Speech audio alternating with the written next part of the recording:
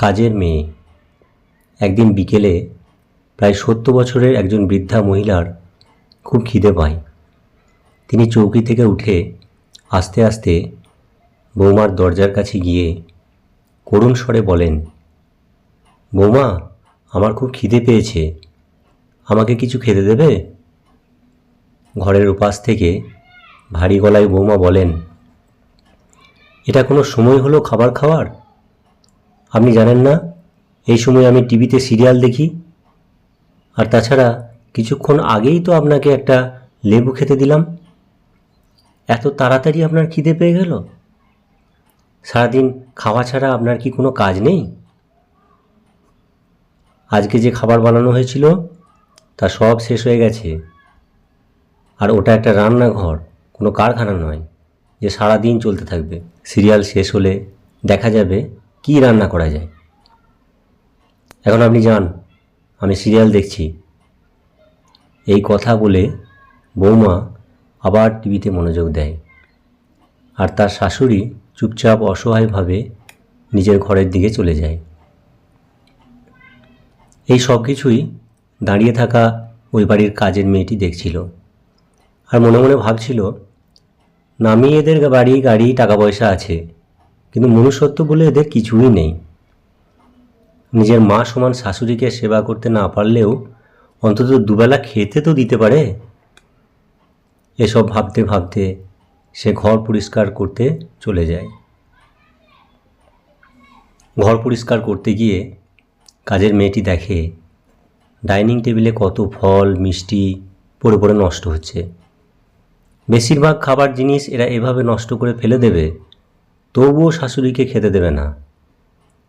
এই বাড়ির বাচ্চারাও এসব খাবারের দিকে ঘুরেও তাকায় না, কারণ তারা তো একদম ফ্রেশ খাবার খেতে অভ্যস্ত।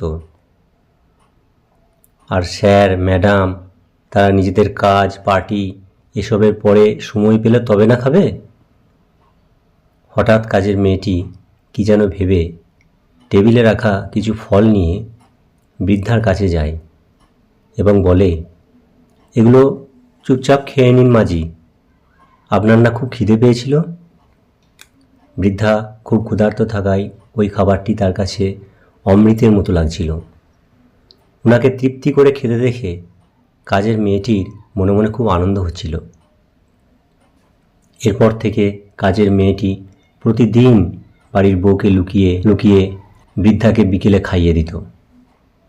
বাড়ির বউ এই ভেবে খুশি ছিল যে শাশুড়ি বোধহয় আমার ভয়ে চুপ হয়ে গেছে, এখন আর যখন তখন খাবার চেয়ে আমাকে বিরক্ত করে না।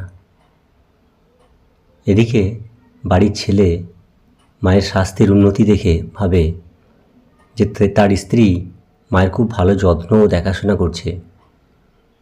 অন্যদিকে কাজের মেয়েটি ভাবে, আমার তো মা নেই, আমি নিজের মায়ের মতো যতদিন পারবো ওনাকে সেবা যত্ন করে যাব, এতে যদি কিছুটা পুণ্য অর্জন করতে পারি।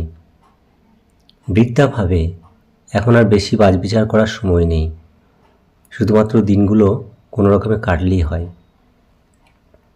খালি পেটে মরার থেকে ভালো সময় মতো যে সেবা যত্ন করছে তার সেবাটা গ্রহণ করা।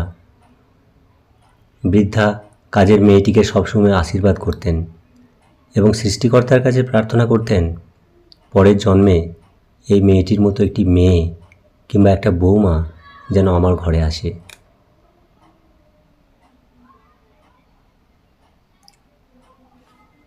আশা করছি এই গল্পটি আপনাদের ভালোই লেগেছে। গল্পটি ভালো লাগলে অবশ্যই ভিডিওটিতে একটি লাইক করবেন, কারণ আপনাদের একটি লাইক আমাদের পরবর্তী ভিডিও বানাতে উৎসাহিত করে। আপনাদের মূল্যবান সময় নষ্ট করে সম্পূর্ণ ভিডিওটি মনোযোগ সহকারে শোনার জন্য অসংখ্য ধন্যবাদ।